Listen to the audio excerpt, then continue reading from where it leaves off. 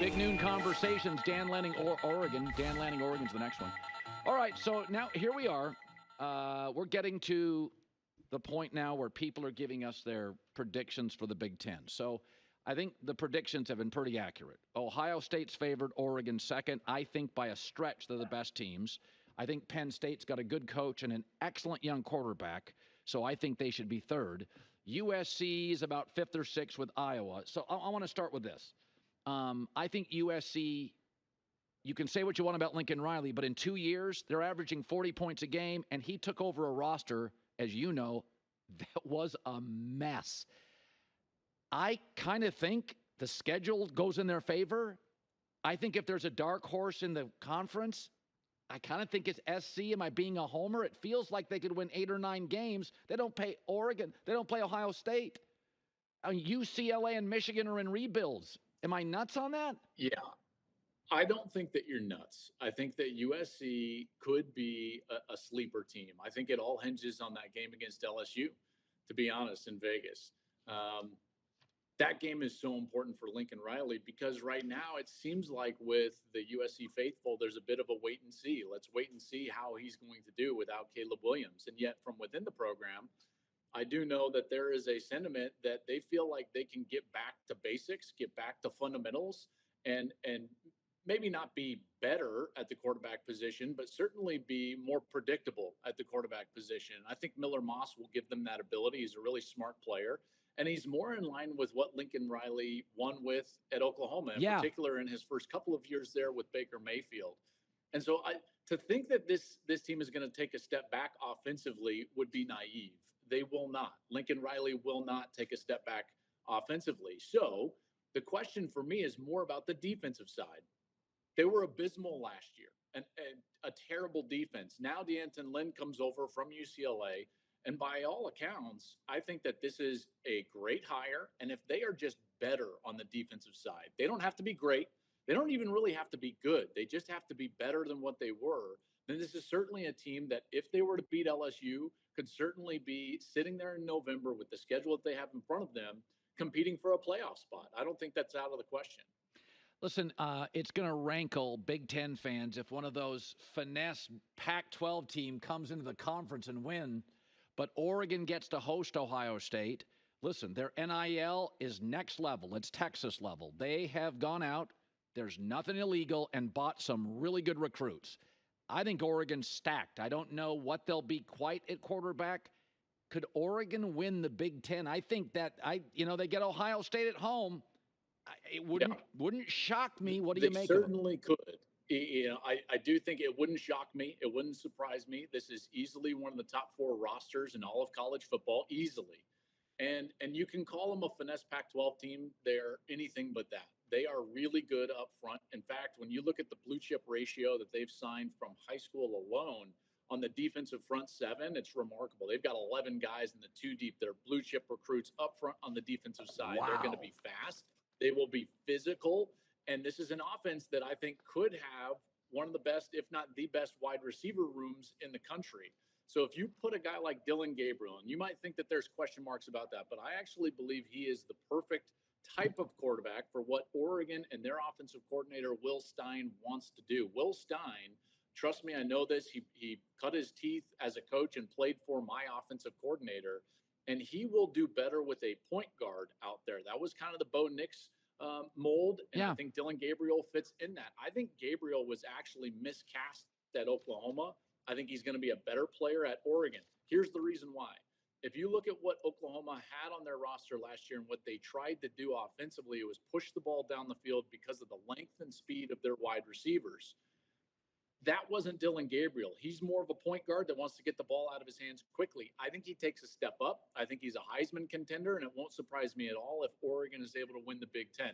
This is a top 4 team in college football, and they've got national championship aspirations. So we go to a 12-team playoff, and I think one of the schools that benefits from this is Penn State, because Penn State is going to pass the eye test. James Franklin, they've got some elite players. They have an excellent young quarterback. And when you get down to selecting the 8th, 9th, 10th, 11th, 12th playoff teams, eye candy is going to matter. We're going to know who the best 4 teams are. we'll have a strong feeling about like 5 through 7 or 8. You're going to get down to like 9, 10, 11, 12. Who had impressive wins? Who like on Saturday did we go, oh, they could play with Texas. I kind of think Penn State's an interesting team, and the playoff format, am I wrong, works in their favor a little bit. Okay, so think of it this way, too. Not just this year, but in years past. Colin, if you were to retroactively place a 12-team format over the entirety of the 4-team playoff, okay, so that would be then you have that margin of 8 teams that would have made playoffs in the last few years that did not. There was not a team hurt more by the 4-team playoff than Penn State. They're the team that would have made more playoffs than anybody else. Wow. In terms of it's 6 years. 6 years they would have been in the playoff. Wow. And weren't because they were just outside of the top 4.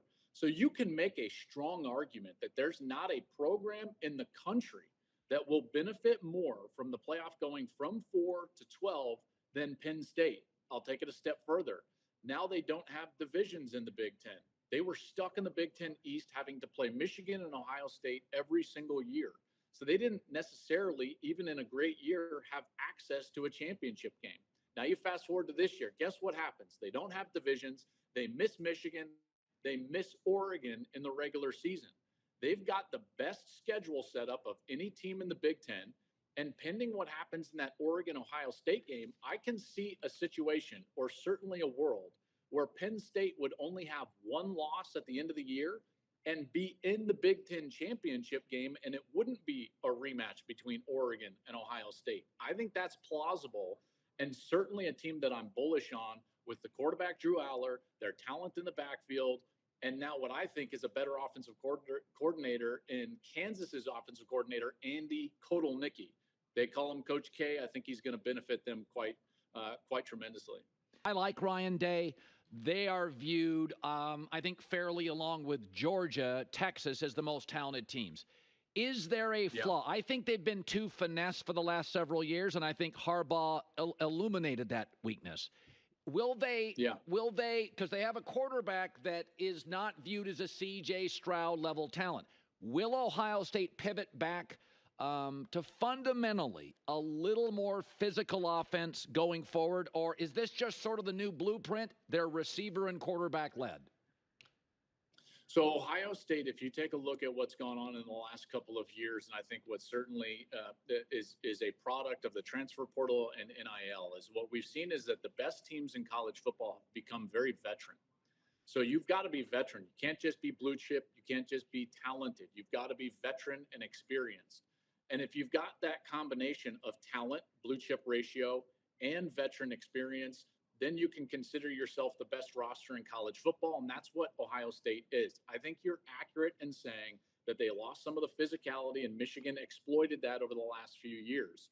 This is a team that should have the best defense in all of college football, the best front four in all of college football on the defensive side, an insane secondary with Denzel Burke and Caleb Downs and Lathan Ransom. These guys are incredible, and that defense is going to allow the offense to get their feet wet with a new offensive play caller and a new quarterback. Here's the thing about their quarterback, and I think it's going to be Will Howard. Ohio State is not going to need C.J. Stroud-level quarterback play because of Chip Kelly and their backfield. They get Quinshon Judkins from Ole Miss. They get Travion Henderson to come back. And now with Chip Kelly, he is going to be able to run the football to the degree that I don't think any of us are expecting. I would not be surprised at all if Ohio State leads the Big Ten in rushing. I won't be surprised if they're in the top 5 in the country, because that's what Chip Kelly does. He doesn't need a dominant offensive line. He will run the football and find a way to run the football efficiently. That's why the pressure is not going to be all on the shoulders of the quarterback like it has been over the last few years.